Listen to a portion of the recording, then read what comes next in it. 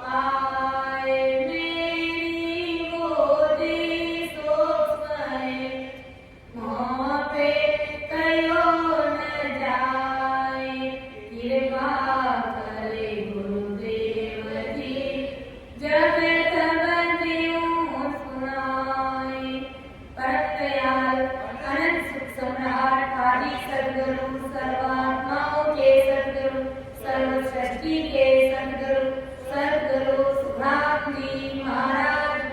धन्य हो धन्य। राम सभा में राम राम महाराज सभी को मेरा राम सा सभी को प्रणाम। आज की सत्संग में अर्थ करने में, समझाने में कहीं पर भी मेरे से त्रुटि रह जाए तो सभी से निवेदन रहेगा कि मुझे क्षमा करें और मेरा मार्गदर्शन जरूर करें, क्योंकि ये गुरु महाराज का ज्ञान है, बहुत ही अथाह है, बहुत ही गहरा है। मेरी इतनी बुद्धि और समझ नहीं है कि मैं महाराज के शब्दों का अर्थ कर सकूं, आप सभी के समक्ष रख सकूं। ये सत्संग करने और कराने वाले सब कुछ सद्गुरुदेव जी महाराज हैं, सतस्वरूप राम जी महाराज हैं। आज का अपना विषय सद्गुरु मेहर का रहेगा कि आखिर सद्गुरुदेव जी महाराज की मेहर शिष्य के ऊपर किस प्रकार से होती है, क्या करने से होती है और क्या नहीं करने से होती है। तो महाराज फरमाने की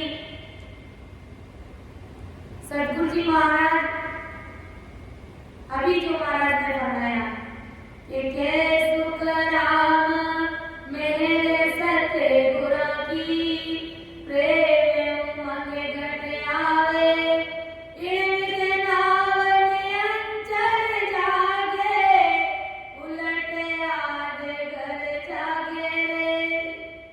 कि सुख राम मेरे सतगुरु की प्रेम उमंग घटावे।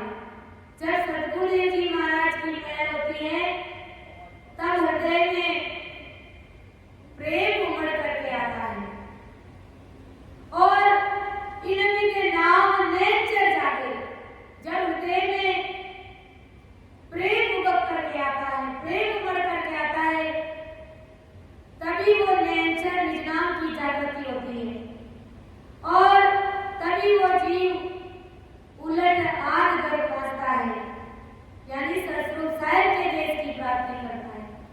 तो सद्गुरुदेव जी महाराज की मेहर करवाने के लिए प्रेम लाना अति आवश्यक है।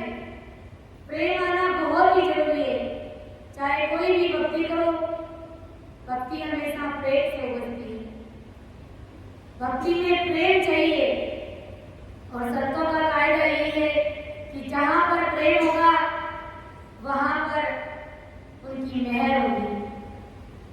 कि निमन जहां डर जाए, जिस प्रकार जिस तरफ ढलान होती है उस तरफ पानी बह जाता है, इसी प्रकार संतों का भी यही रीत है, यही कायदा है कि जैसा शिष्य का मन होगा, जैसे शिष्य के अंदर में भाव होगा, प्रेम होगा, वैसे शिष्य के ऊपर सद्गुरुदेव जी महाराज की मेहर हो जाएगी।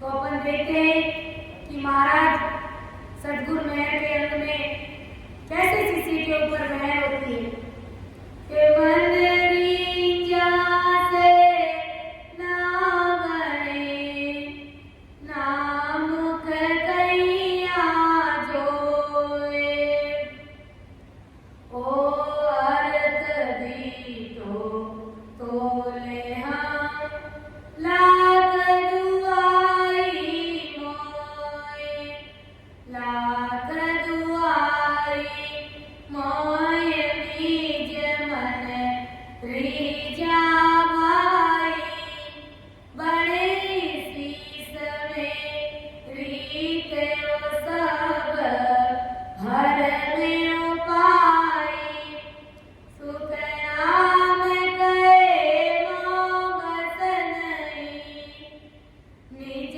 मन न्यारो होए, मन रींजा सो ना बने, नाम कैया जोए। परम दयाल अनंत सुख सम्राट आदि सद्गुरु जी के सदगुरु सुखराम जी महाराज फरमाते हैं कि सदगुरु की मेहर शिष्य के ऊपर कैसे होती है।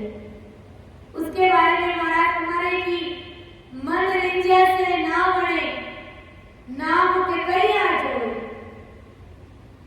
यानी शिष्य की किसी भी बात से मेरा मन खुश हो गया तो भी शिष्य के ऊपर मेरी मेहर नहीं होगी।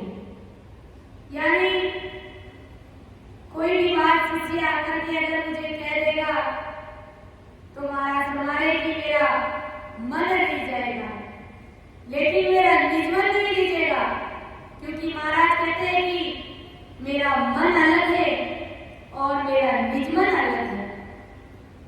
कोई शिष्य आकर के कोई बात मुझे अगर कह देगा तो इससे मेरा मन लीज सकता है, लेकिन मेरा निज मन नहीं लीजता है, और मेरा निज मन जब तक नहीं लीजता है तब तक शिष्य के ऊपर कृपा नहीं होती। और अगर महाराज फरमाए कि नाम को कहीं ना जोड़े, अगर मैं अपने मुखारबंद से भी कह दूं कि जाओ शिष्य तुम्हारे ऊपर मेरी मेहर हो गई, मेरी कृपा हो गई, या तुम्हारे अंदर वो कुदरत का जागृत हो जाएगी, तो महाराज फरमाए कि मेरे मुख से कहने पर भी वो शिष्य के ऊपर मेहर और कृपा होने वाली नहीं। कि मन रिझा से ना बने, नाम को कहीं ना जोड़े। ना तो मेरे मन के कहने से, मेरे मन के रिझने से शिष्य के ऊपर कृपा होती है, और ना ही मेरे मुख के कहने से कृपा होती है। ओ अरत दीटो तोल हम लाख दुआई हो। महाराज फरमाए कि मैं लाख सौगंध खा करके कहता हूँ, लाख शपथ है, यह अर्थ तोल माप करके मैंने देखा है और मुझे दिखाई दिया है कि शिष्य के ऊपर मेरी मेहर, यानी मेरा निजमन खुश होगा तभी होगी। महाराज फरमाए कि मेरे निजमन के खुश हो जाने की बाकी जो दूसरे उपाय हैं वे सब भ्रम है। यानी महाराज फरमाए कि सब तरीके से मैंने तोल करके माप करके देखा है कि इस प्रकार अगर मेरे कहने से, मेरे मन के रीझने से शिष्य के ऊपर कृपा नहीं होती, क्योंकि मेरा मन अलग है और मेरा निजमन अलग है। कि निजमन रीझा भाई बड़े शीश में रीत वो सब भरम उपाय।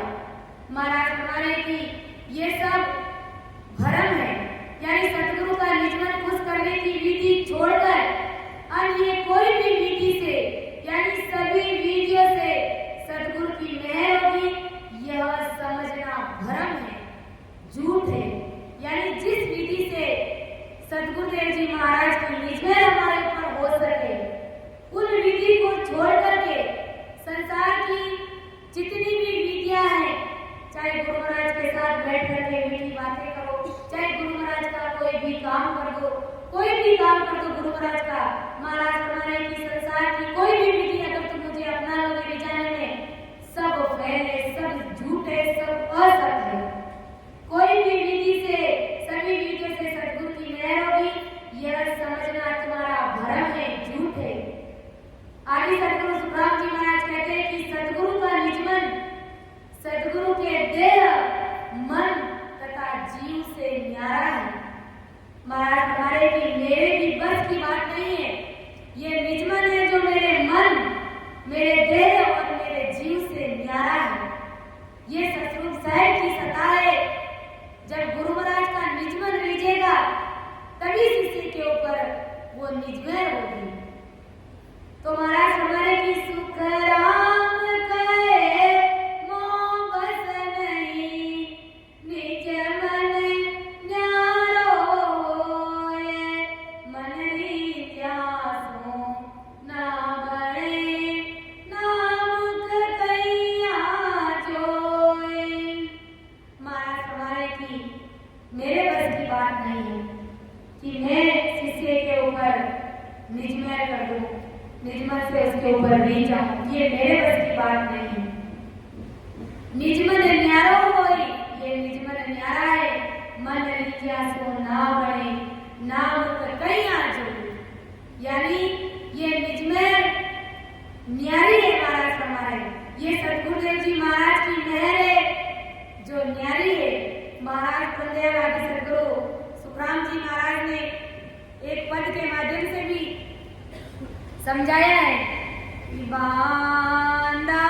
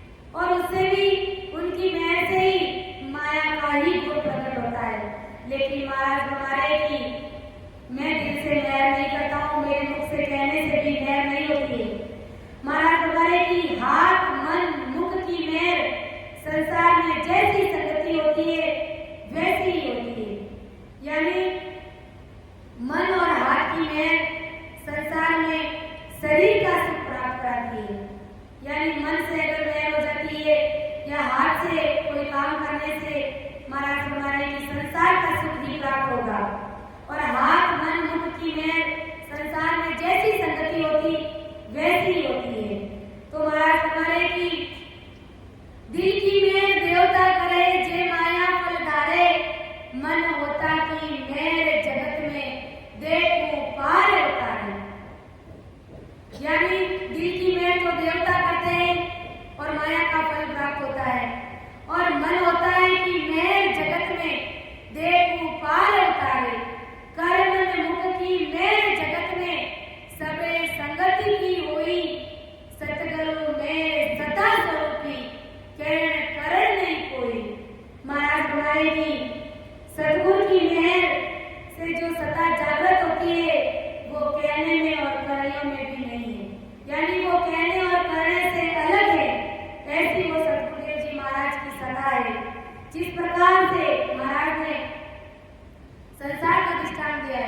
के ज्यों हम आवे पंछी के हेठे, ज्यों हम आवे पंछी के हेठे, नर छाया में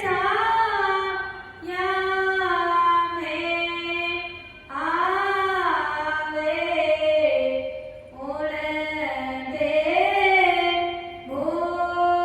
उड़दे भूप बने इन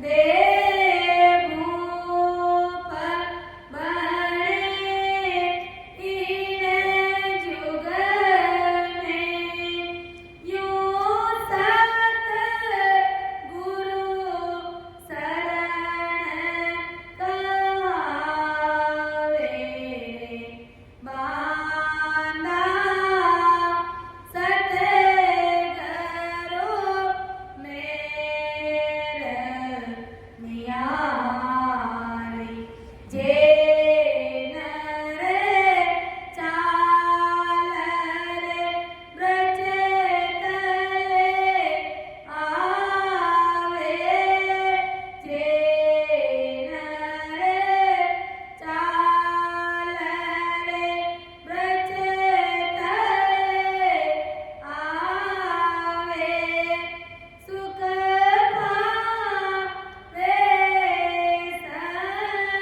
संसारी रे, बांधा सतगुरु मेरे मियारी।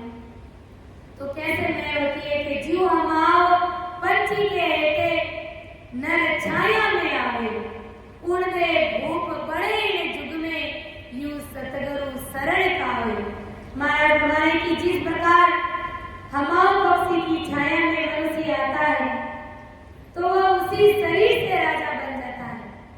यानी हमाओ पंछी की छाया में जब कोई प्राणी मनुष्य आ जाता है जोग संजोग वस्तु, महाराज हमारे की वो उसी देह से उसी शरीर से वो राजा बन जाता है।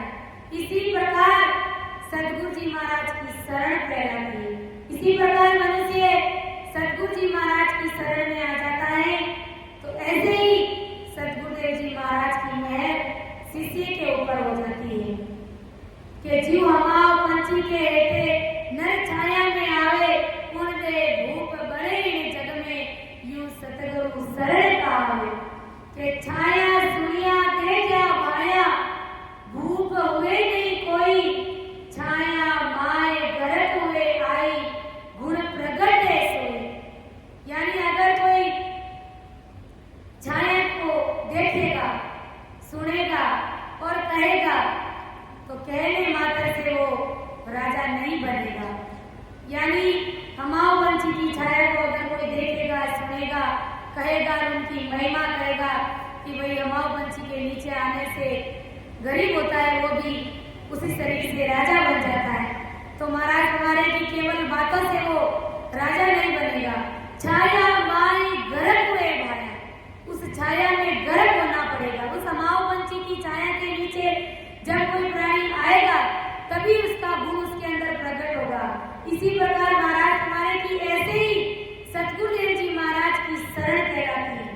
यानी सतगुरुदेव जी महाराज की शरण में अगर कोई प्राणी मनुष्य कोई शिष्य आएगा और अपना निजमन ला करके सौंपेगा तभी वो गुरु महाराज की मेहर उस शिष्य के ऊपर होगी कि छाया सुनिया देखा भाया, भूप हुए नहीं कोई, छाया माए गरत हुए आई, गुण प्रगट है सोई।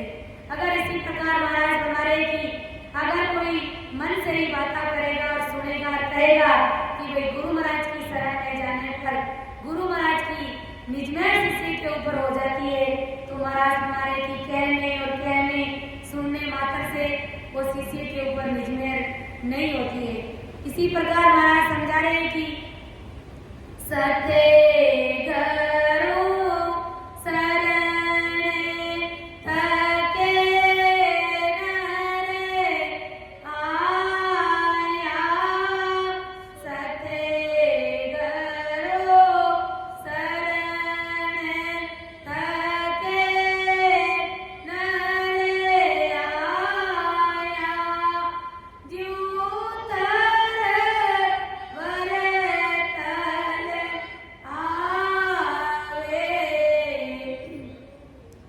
छाया करने जाए करे ओ बाप छाया करने जाए करे ओ बाप वे नहीं शरण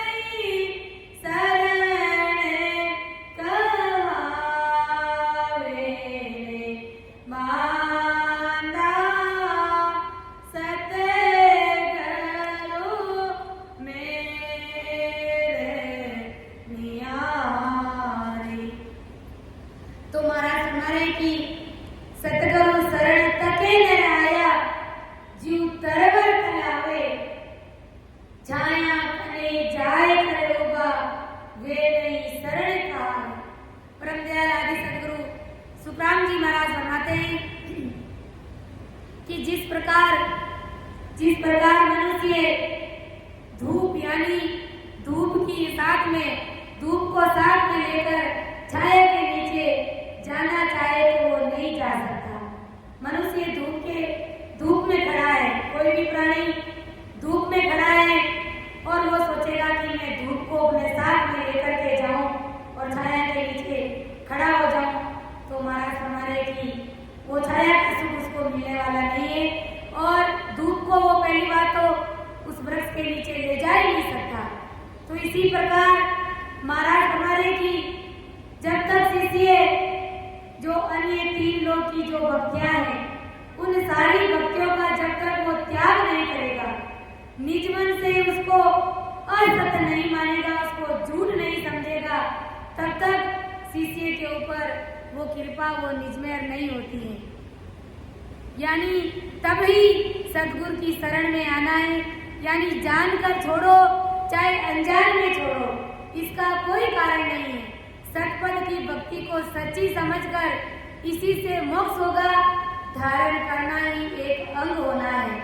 यानी यह मन में धार लेना है अपने को कि केवल पद आनंद पद की भक्ति ही सच्ची है और इन्हें ही सच समझ करके स्वीकार कर लेना है और बाकी संसार की जितनी भी भक्तियां हैं वो सब भक्तियां असत है, उनको झूठ समझ करके जब शिष्य सदगुरु देव जी महाराज की शरण में आ जाता है तभी वो महाराज की निज में शिष्य के ऊपर होती है कि जिस प्रकार छाया के सुख को समझकर सुख को और न ही धूप को समझता है और सहज में ही वृक्ष के नीचे आकर के खड़ा हो जाता है तो छाया का सुख मिल जाता है। यानी कोई आव देता है, कोई घाव देता है, वो शिष्य धूप में खड़ा रहता है, कोई भी प्राणी धूप में खड़ा रहता है और आकर के छाया के नीचे बेफिक्र खड़ा हो जाता है तो उसको छाया का सुख प्राप्त होता है। ऐसे ही सदगुरुदेव जी महाराज की शरण है महाराज हमारे और इसी शरण को सत जानो। यानी संसार में सब चीजें जो शुभ है, जिस प्रकार से अमृत में यानी जैसे कि महाराज हमारे की अमृत में कोई दूसरी चीज नहीं मिल सकती, ऐसे ही सदगुरुदेव जी महाराज की शरण है कि अमृत में एक अमर करने का भारी गुण है, दूसरा कोई उसमें गुण नहीं है। अमृत में क्या गुण है कि वो जीव को अमर कर देता है, इसके सिवाय इसके अंदर और दूसरा कोई भी गुण नहीं है। तो महाराज हमारे की इसी तरह सदगुरु के वचनों में दूसरा ज्ञान नहीं ठहर सकता है, केवल और केवल सदगुरुदेव जी महाराज का ज्ञान ही धारण करना पड़ता है। दूसरे गुरु होनकाल ब्रह्म पद का ज्ञान बतलाते हैं, उस ज्ञान के साथ में यानी दूसरे ज्ञान भी वो यह शत्रु पद की प्राप्ति कराती है। इसमें दूसरे ज्ञान धर्म साध नहीं हो सकते हैं, यह होनकाल ब्रह्म पद से अलग है। यानी होनकाल की सब आत्माएं जो होना होता है वो ही होता है, लेकिन कुदरत कला यानी सरसबल हंस को सबसे अलग करके ले जाता है। यानी कहते हैं ना कि जब तक शिष्य अपना निजमन ला करके सदगुरुदेव जी महाराज को नहीं सौंपता है तब तक शिष्य के ऊपर वो मेहर वो कृपा नहीं होती है। जैसे महाराज ने संसार का दृष्टांत दिया कि छाया से दूर खड़ा है और वो कहेगा कि मेरे को छाया का सुख मिले, तो वो छाया का सुख नहीं मिलता है। छाया का सुख प्राप्त करने के लिए उसको वृक्ष के नीचे आना ही पड़ेगा। इसी प्रकार महाराज फरमाए कि मेरी मेहर, मेरी कृपा करवानी है तो शिष्य को मेरी शरण में आना ही पड़ेगा और अपना तन मन निज मन मुझे सौंपना पड़ेगा। तो यही बात महाराज समझाने जा रहे हैं कि मनेरी जाते ना बने ना मुख कैया जोए, ओ अर्थ दी तो बोले हम लाख दुआई मोए, लाख दुआई मोए निज मन रीजा भाई, बड़े शीस में रीत और सब भर में उपाई, सुख राम करे मोह बस नहीं, निज मन न्यारो होए, मन न्यासों ना बने ना मुख कैया जोए। महाराज भी ये फरमाए कि मैं अगर मेरे मन से कह दूं और कोई शिष्य आकर के अगर मेरे साथ में बात भी करेगा, मेरा मन रखेगा, तो भी वो कृपा शिष्य के ऊपर होने वाली नहीं है, क्योंकि मेरी मेहर, मेरी कृपा सबसे न्यारी है।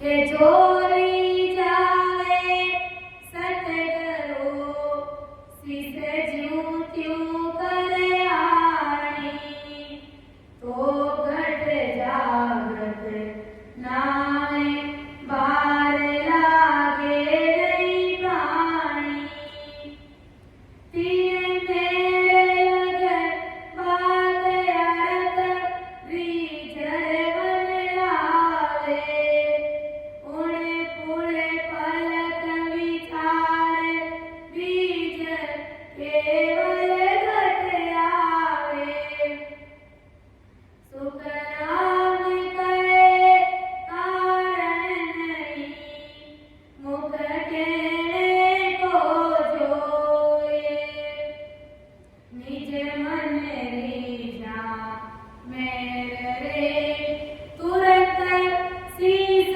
पर होए। के जो रीझावे सतगुरु शिष ज्यों त्यों कराणी, तो घट जागत नाम बाढ़ लागे नहीं प्राणी। प्रत्याल आदि सदगुरु सुखराम जी महाराज फरमाते कि सदगुरु को जैसे कैसे करके शिष्य आकर के खुश करेगा, तो भी शिष्य के घट में तुरंत नाम जागृत हो जाएगा।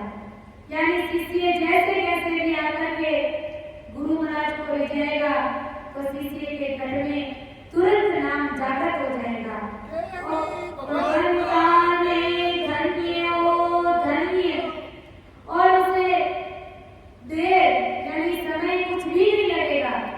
यानी जैसे कैसे भी शिष्य ज्यों त्यों भी सद्गुरुदेव जी महाराज को ले जाने का प्रयास करेगा और तन मन से आकर के सरेंडर हो जाएगा, तो महाराज फरमाए कि तुरंत वो नाम शिष्य के घर में जागृत हो जाएगा।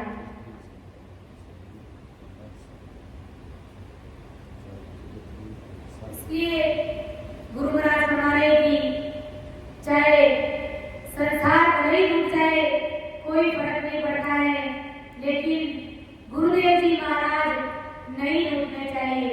महाराज ने फरमाया है संतों ने एक पद के माध्यम से, चाहे जगत रूठ जाओ सारा रे मारा सतगुरु रूठा ना सरे मारा, सतगुरु रूठा ना सरे, चाहे जगत रूठ जाओ सारा रे, चाहे जगत रूठ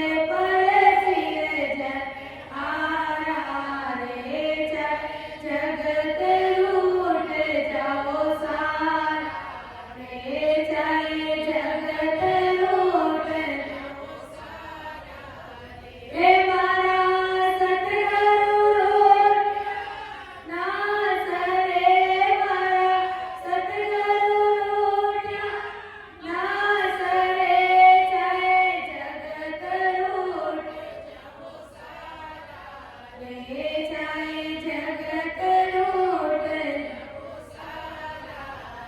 चाहे लूट जाओ सगा मित्र चाहे लूट जाओ सगा मित्र चाहे लूट जाओ 68 तीरथ चाहे लूट 68 तीरथ राम सनेहिया हीरा गुण गाए रे राम सनेहिया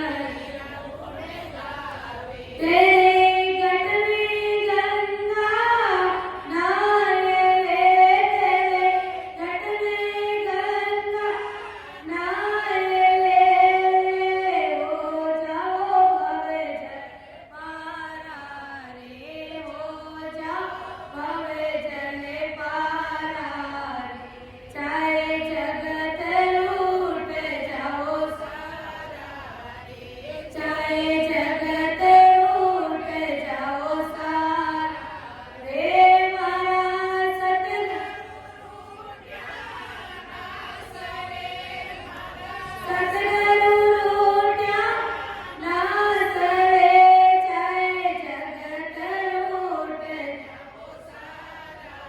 रे चाहे जगत लूट जाओ सारा रे कहते ना कि अगर शिष्य का भाव 100% सही रहता है और जीव क्यों भी अगर शिष्य सद्गुरुदेव जी महाराज को रिझा लेता है तो फिर संसार में किसी और को रिझाने की जरूरत नहीं रहती है क्योंकि गुरु महाराज की निजमेर हो गई और गुरु महाराज अगर रिझ गए तो संसार को रिझाने में अपना समय नहीं खराब करना चाहिए।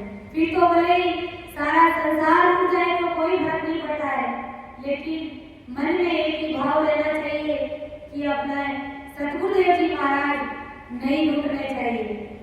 महाराज संतों ने फरमाया कि चाहे रूठ जाए ज्ञाति गोती चाहे ज्ञात के लोग रूठ जाए चाहे अपने गोद के लोग रूठ जाए लेकिन अपने सद्गुरुदेव जी महाराज नहीं रूठने चाहिए। और ज्ञाति गोती के रूठने से कुछ भी फर्क नहीं पड़ता है हमारा वो कुछ भी टेढ़ा नहीं कर सकते। धूड़ बराबर जानो मोती भूल हाथ मत गालना है। अगर गुरु महाराज की मेहर हो जाती है तो महाराज हमारे की संसार के जितने भी जो भी सुख है वो सब धूड़ के समान समझो।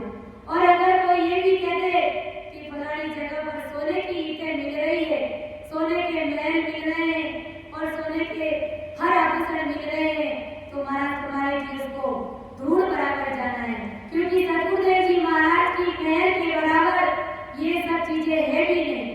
गुरु महाराज की मेहर इतनी ऊंची है कि वो हमें जीवन मुक्त सुखराम जीते जी हमें परम पद की प्राप्ति करा देते हैं हमारी इस आत्मा का कल्याण कर देते हैं इस आत्मा को परमात्मा के भेंट देते हैं तो हमें संसार के सुखों में कहाँ उलझना है। इन सबों में उलझने की आवश्यकता ही नहीं है। महाराज हमारे की राजा रूठे तो नगरी ले गुरु महाराज रीझ गए और मान लो अगर राजा गांव शहर का अगर कोई राजा है और वो हमसे रूठ गया है तो ज्यादा से ज्यादा क्या करेगा नगर से बाहर कर देगा। और सो मेरी जाने सिर पर खेले गुरु महाराज रीझे हुए और संसार के सब लोग हमसे रूठे हुए सब लोग उनसे बैर बना करके रखते हैं तो भी महाराज हमारे की अपना कोई कुछ भी नहीं बिगाड़ सकते क्योंकि सृजनहार सतरूप साहेब परमात्मा का हाथ हमारे ऊपर है कि चाहे रूठ जाओ सगा मित्र चाहे रूठ जाओ 68 तीरथ चाहे हमारे साथ में रहने वाले सगे मित्र सगे संबंधी घर परिवार कुटुंब सभी रूठ जाए और यहाँ तक कि 68 तीरथ भी हमसे रूठ जाते हैं तो भी हमारा बाल भी बाका नहीं कर सकते। अगर गुरु महाराज की मेहर है गुरु महाराज की कृपा है तो महाराज हमारे की ये संसार के छोटे मोटे काम है जो और ये संसार के छोटे मोटे लोग हमारा कुछ भी नहीं बिगाड़ सकते। इसलिए संसार भले ही रुक जाए कोई फर्क नहीं पड़ता है लेकिन अपने सद्गुरुदेव जी महाराज नहीं रुकने चाहिए। इसलिए संतों ने फरमाया कि चाहे जगत में रूठ बहू सारा रे मारा सतगुरु रूठिया नहीं करे। संसार पूरा रूठ जाए कोई फर्क नहीं पड़ता है, लेकिन मेरे सतगुरुदेव जी महाराज अगर रूठ जाए तो मेरी नहीं सरना है। तो महाराज हमारे की जो ले जाए सतगुरु शिष्य ज्यू ज्यू कर आनी, तो गटे जागृत नाम वार लागे नहीं प्राणी। तेरे मेरे लगे बात अर्थ रीजन मन लावे, के सतगुरु को जैसे तैसे भी करके शिष्य आकर के खुश करेगा तो शिष्य के घर में तुरंत नाम जागृत हो जाएगा और उसे कुछ भी नहीं लगेगा। महाराज हमारे की मैं एक घास के तिनके से छोटी सी बात से खुश हो जाता हूँ, यानी एक छोटी सी बात से मेरी निज में शिष्य के ऊपर हो जाती है। और मेरा पर्वत से यानी यह सोने का पर्वत है और उसे कोई लाकर के अगर मुझे दे देगा तो भी मेरा निज में उसके ऊपर मेरा मन है जो खुश नहीं होगा। महाराज हमारे की मैं अगर रिश्ता हूँ तो एक छोटी सी बात से नहीं चाहता हूँ, और अगर कोई अगर लाकर के मुझे सोने का पर्वत भी लाकर के मुझे दे देगा तो भी मेरा निज में उसके ऊपर खुश नहीं होगा, क्योंकि सोने का महल सोने का पर्वत तो वो ला करके दे रहा है, लेकिन वो अपना निजमन नहीं दे रहा है। निजमन नहीं दे रहा है तो मेरा निजमन उसके ऊपर खुश नहीं होता, मेरी निजमन उसके ऊपर नहीं होती है। तीन मेरे लगे बात अर्थ रीचे मन लाए, उन पुल पलक विचार बीज केवल घटावे। महाराज हमारे की यह बात जिससे मैं खुश होऊंगा वह अर्थ मेरा निजमन खुश होकर मन में लाएगा। विचार करो उसी पल पलक यानी एक पल झपकते ही केवल का बीज शिष्य के घर में आ जाता है, यानी वो 100% आगे लाकर के मुझे अपना निजमन सौंपेगा, तभी शिष्य के ऊपर वो निजमय हो जाएगी। आदि सदगुरु सुखराम जी महाराज फरमाते कि फिर मुख से कहने का कोई मतलब नहीं रहता है, यानी मुख के कहने से निजमय नहीं होती है।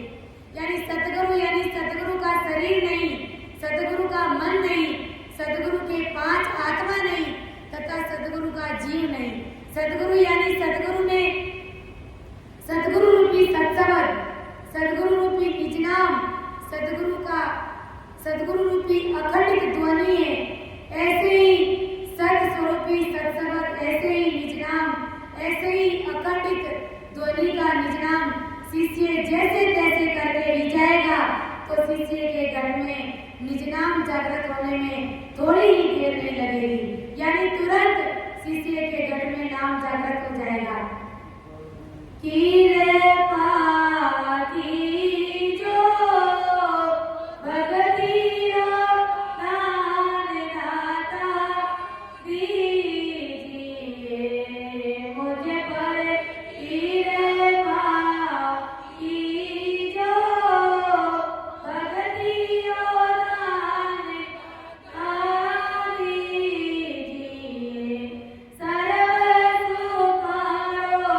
Open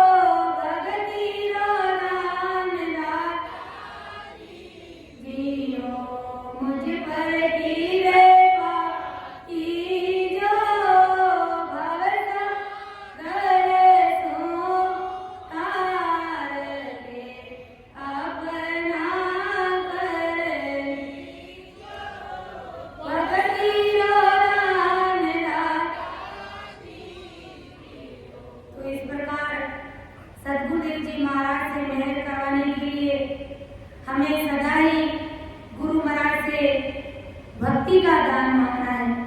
जिस प्रकार से धर्मीदास जी महाराज ने अपने गुरुदेव जी महाराज कबीरदास जी महाराज से भक्ति का दान मांगा, यानी धर्मीदास जी पूर्व जन्म में रामानंद जी का ही रूप थे, यानी कबीरदास जी के गुरु थे। और उस समय रामानंद जी 3 लोक की भक्तियां करते थे और कबीरदास जी महाराज उनके शिष्य थे। तो एक बार कबीरदास जी महाराज तो केवल भक्ति करते थे और गुरु महाराज है जो 3 लोक की भक्ति करते थे। तो एक बार रामानंद जी महाराज ने कबीर साहब से कहा कि तुम जाओ और मैं जो तुम्हें ये जो मूर्तियां दे रहा हूँ उन मूर्तियों को तुम तालाब में ले जाओ और उनको नहला करके लेकर के आ जाओ। तो कबीर साहब ने गुरु महाराज की आज्ञा का पालन किया कि भाई मेरे गुरु महाराज है रामानंद जी और उन्होंने जो काम दिया है वो मुझे अवश्य ही करना पड़ेगा। तो वो जो 4-5 मूर्तियां जो राधे कृष्ण की थी, शिव जी शंकर जी की थी, ब्रह्मा विष्णु महादेव की थी, सारी मूर्ति लेकर के वो तालाब भर जाते हैं और उन सारी मूर्तियों को एक को चारों दिशाओं में उनको तालाब में डाल देते हैं उन मूर्तियों को और कहते हैं कि सब आराम से नहा करके आ जाना और जब तुम नहाओ तब आकर के मेरे पास खड़े हो जाना, बता देना। तो अब कबीर साहब सारी मूर्तियों को तालाब में छोड़ देते हैं एक को और खुद आकर के तालाब के किनारे बैठ जाते हैं और ध्यान में मगन हो जाते हैं, यानी राम नाम के सुमिरन में लग जाते हैं। इतने में रामानंद जी उधर कबीर साहब का इंतजार कर रहे होते हैं कि कबीरा अभी तक आया नहीं है, मूर्तियों को नहलाने के लिए भेजा था, अभी तक वो आया नहीं है क्योंकि पूजा पाठ का समय हो गया है। तो रामानंद जी खुद ही कबीरदास जी महाराज के पास आते हैं और उनसे कहते हैं कि कबीरा कब तुझे भेजा था कि मूर्तियों को नहला करके लेकर के आओ, पूजा पाठ का समय हो गया है और तुम अभी तक आए नहीं हो। कबीरदास जी महाराज ने कहा कि महाराज मैं आऊं कैसे, मैंने एक मूर्तियों को सभी को तालाब के अंदर छोड़ दिया है और कह दिया है कि सब आराम से नहा करके आ जाओ, अब मैं क्या करूँ, अभी तक नहा करके आई नहीं है। तो रामानंद जी ने कहा कि भला कबीरा वो मूर्ति है कब नहा करके तुम्हारे पास आएगी, कब तुम्हारे पास वो नहा करके आएगी, वो तो निर्जीव है। तो कबीर साहब ने कहा कि महाराज जब वो निर्जीव मूर्ति है तुम्हारे पास चल करके नहीं आ सकती तो भवसागर से पार वो आपको कैसे ले जाएगी, फिर तुम उन मूर्तियों में कैसे विश्वास कर लिया और कैसे उन मूर्तियों की तुम पूजा पाठ कर रहे, जब वो खुद एक स्थान से दूसरे स्थान नहीं जा सकती, वो मेरे पास खुद चल करके नहीं आ सकती, तो आपको भवसागर से पार कैसे ले जाएगी। तो कहते हैं कि उसी समय रामानंद जी को आत्मज्ञान हो जाता है और वो कबीर साहब के चरणों में पड़ करके कहते हैं कि अब आप मेरे गुरु बन जाए। तब कबीरदास जी कहते हैं कि मैं गुरु महाराज की जो ये मर्यादा है उसको खंडित नहीं करूंगा, लेकिन अगले जन्म में आप धर्मीदास जी के रूप में, मेरे शिष्य के रूप में आओगे और मेरी शरण में रहोगे। तो धर्मीदास जी इस प्रकार इस जन्म में कबीरदास जी महाराज से अरदास करते हैं, विनती करते हैं कि मुझ पर कृपा की जो भक्ति का दान दाता दीजिए, यानी सर्व सुखों का नाम है जो राम नाम है और भवसागर सुगाड़ के मुझे अपना लेना। इस प्रकार धर्मीदास जी कबीरदास जी महाराज से अरदास करते कि वो राम जी महाराज, ओ गुरुदेव जी महाराज, आप मुझे भक्ति का दान दे। फिर कबीरदास जी महाराज ने भी सोचा कि कहीं अभी भी ये जो धर्मीदास है 3 लोक की भक्तियों में तो कहीं नहीं मिल जावा है, इसलिए उनको बहलाया फुसलाया और कहा कि अति सुंदर सुख साहेबी वचना सुत नारी, इतना तो मांगो नहीं गुरु मने आन तुम्हारी। और कहा कि सोना सुमेर पर्वत में ज्यों गज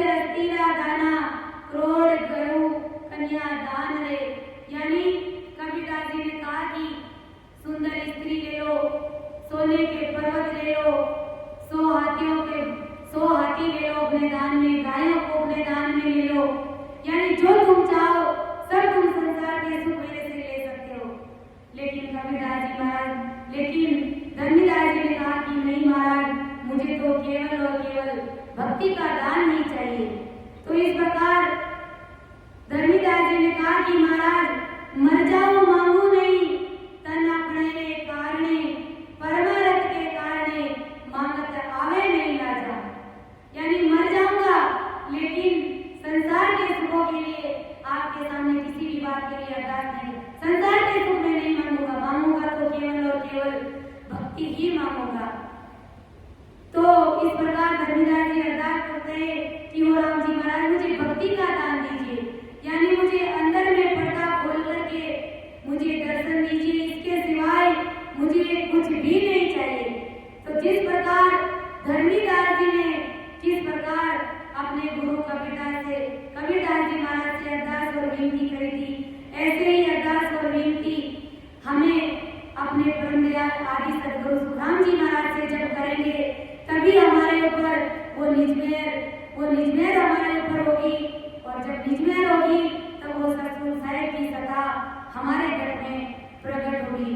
तो इस प्रकार हमें संसार के सुखों को नहीं मांगना है, हमें सिर्फ और सिर्फ भक्ति का दान मांगना है और इस प्रकार भवसागर से पार हो जाना है।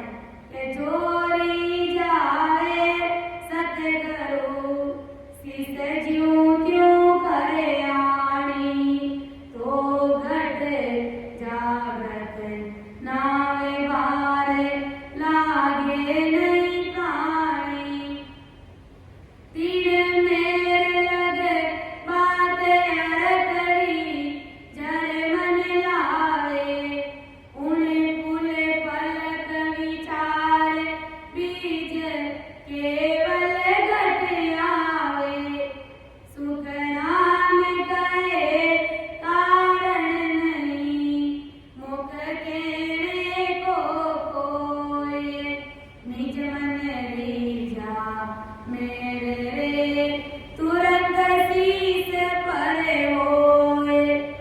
इस प्रकार ज्यों त्यों भी करके हमें सद्गुरुदेव जी महाराज को रिझा लेना है, न कि हमें सद्गुरुदेव जी महाराज के समक्ष आकर के कोई संसार का सुख मांगना है, न ही हमें ऐसा कोई संसार का दुख बताना है, यानी केवल और केवल तन मन से सरेंडर होकर के हमें गुरु महाराज से भक्ति का दान मांगना है।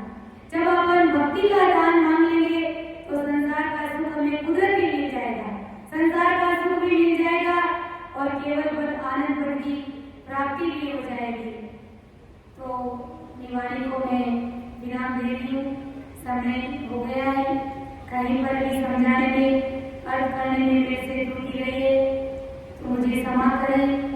परम दयाल अनंत सुख सम्राट आदि सदगुरु, सर्वात्माओं के सदगुरु, सर्व सृष्टि के सदगुरु, सदगुरु सुखराम जी महाराज धन्य हो धन्य, सुन जो मेरे दोष हूँ घाट बांध जस हो, तुम्हारे बोल हारे हो क्या जानेगा को। परम दयाल अनंत सुख सम्राट आदि सदगुरु, सर्वात्माओं के सदगुरु, सर्व सृष्टि के सदगुरु, सदगुरु सुखराम जी महाराज धन्य हो धन्य। राम सभा में राम राम महाराज, सभी को राम राम सा, सभी को प्रणाम।